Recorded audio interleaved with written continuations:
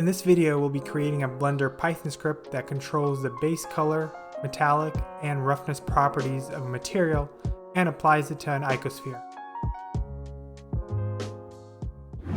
Hey, I'm Victor Stepanoff. I'll be guiding you through this beginner Blender Python tutorial. Let's get started. Usually I open the scripting workspace for all my tutorials, but today we're going to be working with materials, so I'm going to be using the shading workspace. And we're going to modify that to write Python scripts. I'm going to set this as my text editor. I'm going to collapse this and just move it like so. And we should be ready to go. And of course, hit new right here to create the new script. So the very first thing before we write any scripts is we usually write down the steps that we need to take to accomplish our task. So our task is to create a material and apply it to an icosphere. So the obvious things to do is to create the material, change some of the properties of that material, and create an icosphere and apply that material to the icosphere. Pretty straightforward. Write down those steps maybe on a piece of paper or in this text editor right here with a hash character before that, making it a comment so you can write down the code below that. Here are the steps that I wrote down. It might look like a lot, but it's not. We're gonna go through each one of these comments line by line and discuss the code that's behind it. At the very top, as usually, we import the BPY module, which allows Python to access Blender's functionality, press Blender's buttons, and so on. Next, we'll need some functionality that allows us to generate random numbers. We'll be using that towards the end of this tutorial. I'll skip this for now and I'll come back to it in a second. The very first thing that we would do is we create the material, and the thing is that when you create a new material, you get this principal BSDF shader by default. So the only thing that we need to do is we need to get the reference to this shader node. Next, we'll need to set the parameters like the base color, metallic, and the roughness. Finally, we need to create the icosphere that we'll be applying this material to, shade it smooth, and make sure to apply the material. Since we'll be running the script multiple times, we need to make sure that our scene is free of the data that we generated in the previous run, so the icosphere or the material. That means that we need to select everything and delete everything from the scene. Also, at the very end of this video, I'll be turning this code into functions, so make sure to stick around for that. The very first thing that we need to do is we need to import BPY up here. And again, this is similar to extending Blender with add-ons. We're extending Python with a module called BPY. And let's skip this for now and go straight into creating a material. And this is the code for the material. So we're creating a new material data block, and we need to call new on this right here and provide a name. This could be anything you want. And the result of this, or assigning it into a new variable called material, and this should be enough to create a simple material. One thing that we also need to make sure is that we're using this use nodes on the material, and to actually get the code for it, you can check it and uncheck it and open the info panel down below right here. So I'm going to extend this and get info, and right here we need that piece of code, and BPY context object active material could be just replaced with the material reference because it's referencing the same thing. This way we can make sure that we can use these shader nodes in our script. Okay, let's go ahead and run this script. I'm going to execute it, and let's check what materials are here. And so we have the default one that came with a scene, and this is the material that we just generated with the Python script. Now let's go ahead and get reference to this node right here, this principal BSDF node. And here's the code for it. So I'm using the reference to that material, and the material has a node tree inside of it.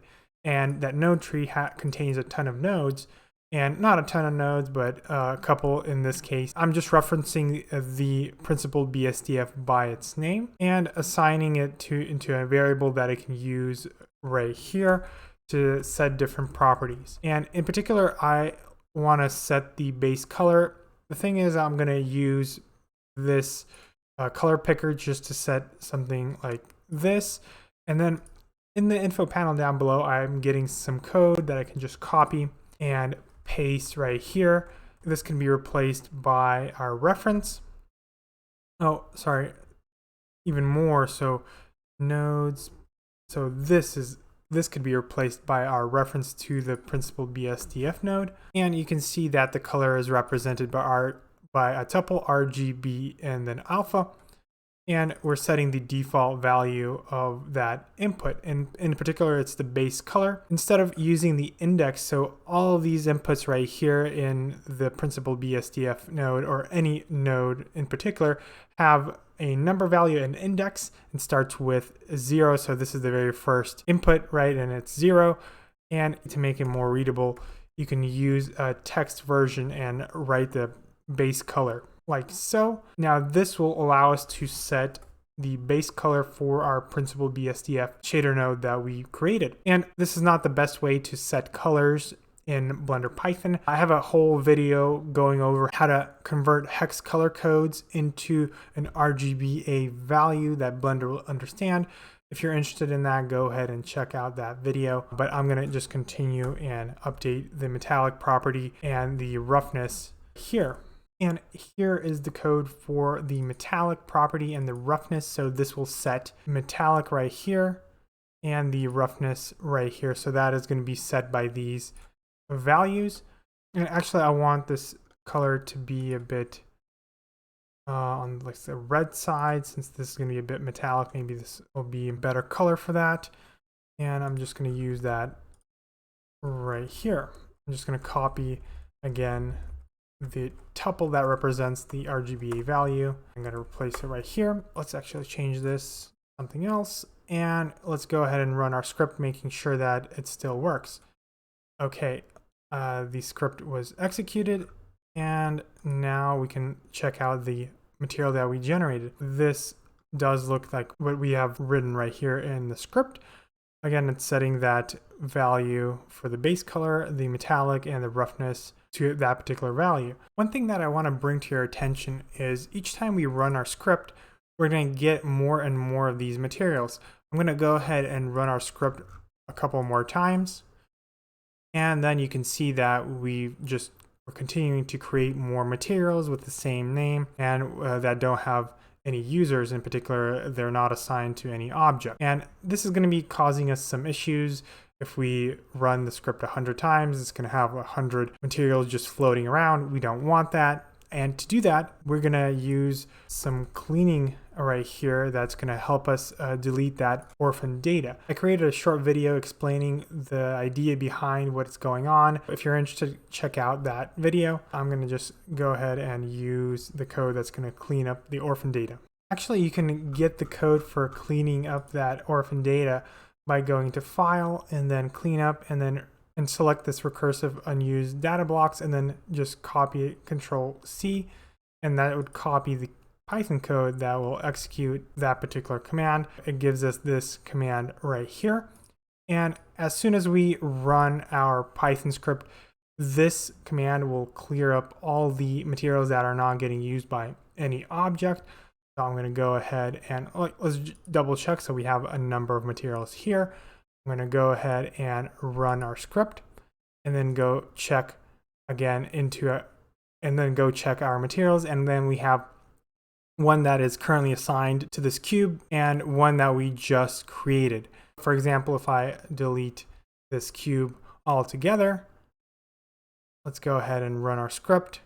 And actually we need something like an icosphere. I'm going to go ahead and create that icosphere that we will need in this second part of this tutorial. This allows us to have only one material here, right? It's this line right here is cleaning everything each time we run our script. And this is how we're keeping things clean. Let's go ahead and copy the code for our icosphere since we just created that. I'm going to remove everything except the subdivisions part. So the subdivisions is not a default. That's not a default value. For the icosphere, I think it's 2, but we want it to be pretty smooth, so that's setting that to 5. And then shading smooth, I'm going to go ahead and right click and shade smooth and copy that command as well from the info panel. And of course, we need to get a reference to this object that we just added into the scene, like so. So we're getting the currently active object, which is the icosphere, because we just added into the scene. So this will reference our icosphere. And now we need to apply the material that we created right here. We're using the reference to our mesh, and then in the mesh data, we're going to have materials, and the materials is a list, and we're just appending to that list the material that we created here. So this material that is going right here, and now when we're going to execute our script, it's going to create the material and also assign our material to the icosphere. And I'm going to delete this icosphere by hitting X and then delete, and then I'll execute our script. And look at that right there. We have our icosphere and the material applied to it. But one of the things that I haven't done yet is we haven't cleared the scene. So if I run the script again, we're going to have multiple icospheres here, and we don't want that. We want to make sure that our scene is clean. Let's go right here and add the code that's going to select everything and then delete everything from the scene. And here is the code. So we're selecting everything, and then we're deleting everything that is selected. So let's go and execute our script. And you can see there's only one icosphere here in the scene, and we have our material applied to that icosphere. All right, before I use the random number generation to set the roughness of our material, I want to clean up our code and put this code into functions to make it more readable and maintainable. I'm going to select all our code right here and hit tab. So that gives us a nice indent, and then define a main function. And right now, if I run the script, let me delete everything from the scene. Right now, if I run the script, nothing will happen. So I'm running, and you can see the material is not getting created, nor the icosphere. And that's because this is a function definition, right? We only defined it. We haven't actually called it. Let's go down here and actually call this main function, like so. All right, so that will work. Now let's extract the code that clears our scene into a function. Okay, here's the partially cleaning the scene. And I'm naming this function partially clean the scene because it won't clean all the cases that you might encounter when running Python scripts. Like, for example, if our object is in edit mode, or maybe you've modified the world shader, this code right here won't really help you with cleaning that up. I have a whole video on that subject. If you're interested, go ahead and check that out. But for now, this will be enough for our particular use case in this video. And let's make sure that everything is running. So now I'm calling this function right here, and it looks like it's still working. And let's continue. Next, let's move the material creation code from here into a separate function. And I'm gonna name this function create material and then pass a name.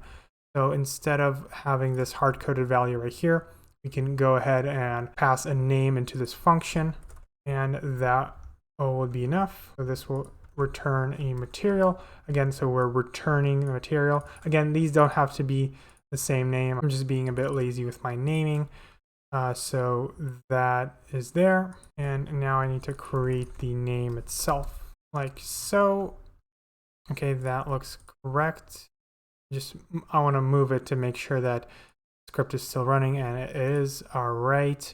Next, let's create a separate function for creating the mesh, and we're just going to call it add mesh. Call it right here. Again, this is returning that reference, and right here we're assigning the material to our object or mesh that we created. Okay, let's make sure that this still is running, right? Okay, this looks like it's still working. That's great. And for our last touch, let's make sure, let's update this code right here to generate a random number and set the reference to a random value. And before we do that, we need to import random. And random, again, is one of those Python add-ons, if you will, or we usually call them modules that extends Python's functionality. And we're going to use it right here to generate a random number each time we run our script. And I'll be using the random uniform function. It will return a value between 0.1 and 1. And each time I run the script, this should update the roughness. So make sure, check that out. And I'm going to just run the script a couple of times so you can see how the roughness of our material will change with each run. And I'm just clicking, and you can see that the roughness is getting set to something else. All right. Okay, if you enjoyed this tutorial, make sure to hit the like button so I can make more videos like this. If you have any questions, make sure to ask them in the comments. Thank you so much for watching.